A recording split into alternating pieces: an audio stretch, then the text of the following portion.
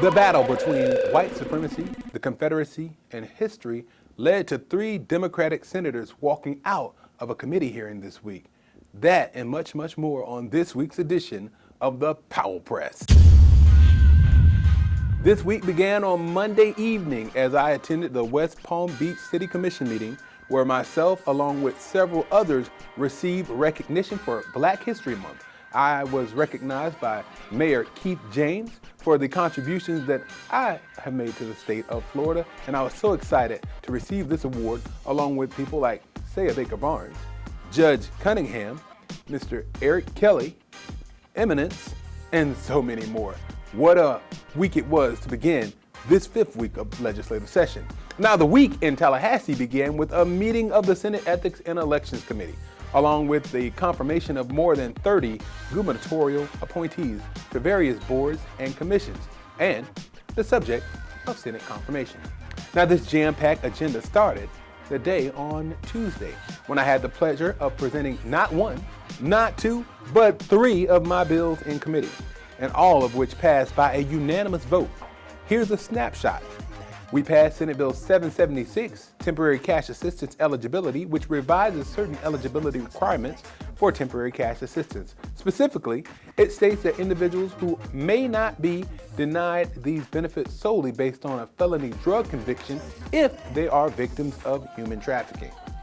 This bill passed its first of 3 committee stops, along with Senate Bill 786, which is Youth Conflict Resolution and Peer Mediation Pilot Program.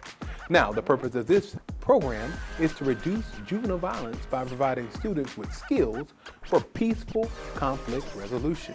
Now, if you tuned in to last week's Powell Press, you may recall that Senate Bill 1064, which was Wills and Estates, which amends Florida's probate code, passed the Senate Judiciary Committee. Well, I'm happy to report that it has now passed the Senate Banking and Insurance Committee and is headed to its last committee stop before hitting the Senate floor. Now, in addition to presenting my bills, I attended committee meetings of my own. The Criminal Justice Committee. I voted no on 3 particularly controversial bills. The first, Senate Bill 888, dealing with property rights. Now, this bill desperately needs clarification so that the rights of the tenants are as clear and well defined as the rights of the landlords when it comes to evictions. The second bill that I was a no on was Senate Bill 1634, career offenders. Now, this bill would mandate stamping the driver's license or an ID card of someone who is designated as a career offender. Now, if an ex-offender was trying to rebuild his or her life after being released from prison, this stamp becomes a scarlet letter threatening those efforts. It's a no for me. Now, the third no vote was cast on Senate Bill 1286, return of weapons and arms following an arrest. This bill would mandate a law enforcement agency to return any firearm or weapon taken following an arrest, but not seized as evidence within 45 days of that person's release from detention.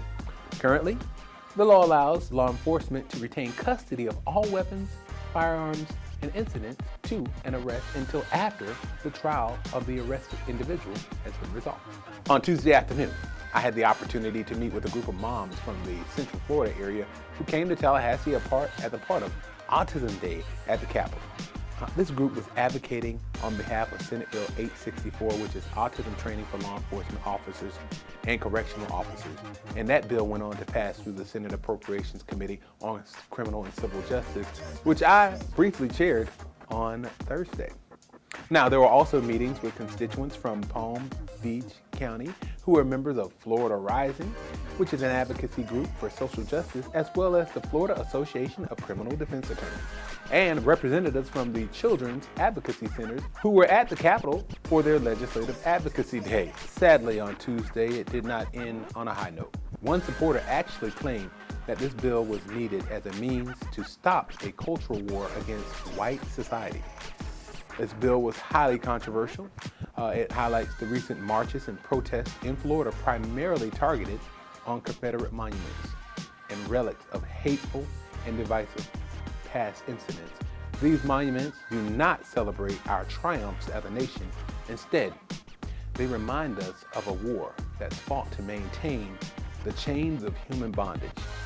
Why would we force the return of these monuments to the public square? Why would we, in the words of the general who once led the Confederate Army, keep open the sores of war? Because of this legislation, we saw Senator Osgood, Senator Lori Berman, and Senator Jason Pizzo walk out of that committee without voting, without casting a vote. And the bill passed along party lines because all Republicans voted for it. It was indeed a sad day in the legislative process. Moving on to Wednesday, it not only marked the halfway point of the 2024 legislative session, but for the first time, the full Senate came together to hear the proposed state budget for the 2024-2025 fiscal year.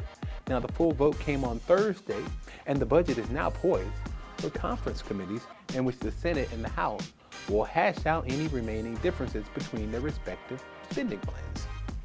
Wednesday was also a day jam-packed with visits from constituents, including the Rehabilitation Center of Palm Beaches, the Boys and Girls Club of the Palm Beaches, and Equal Ground. I'm also proud that I met with Palm Beach County's Public Safety Director and Emergency Management Director. Both were here for Emergency Management Day at the Capitol. On Thursday, I had the opportunity to sit down with students from Cardinal Newman High School who were here to advocate for legislation as part of Catholic Days at the Capitol. It was so exciting to see some of the students from Palm Beach County, including Will Tuma. Later in the day, it was the Appropriations Committee on Criminal and Civil Justice and sitting of the full Senate on the floor for a vote on the state spending plan. The session ended with a Senate resolution that I co-sponsored commemorating the many contributions of African Americans and the celebration of February as Black History Month here in the state of Florida. What a week. Now, as we ready for week 6 of the legislative session, I ask that you stay with us as we continue to track some of the high-profile bills that are moving through the process. You can track these bills and the actions by yourself by visiting flsenate.gov. Fill in the bill number in the search box and scroll down to the last action. That's all for this week's edition of the Powell Press. You can find us on LinkedIn, Facebook, YouTube, Instagram, and all other forms of social media. Follow our link tree to find out how. Now, the Powell Press is all about reminding you that a life of service is indeed a life that counts. I'm excited and look forward to seeing you next week on week 6, right here at the Powell Press.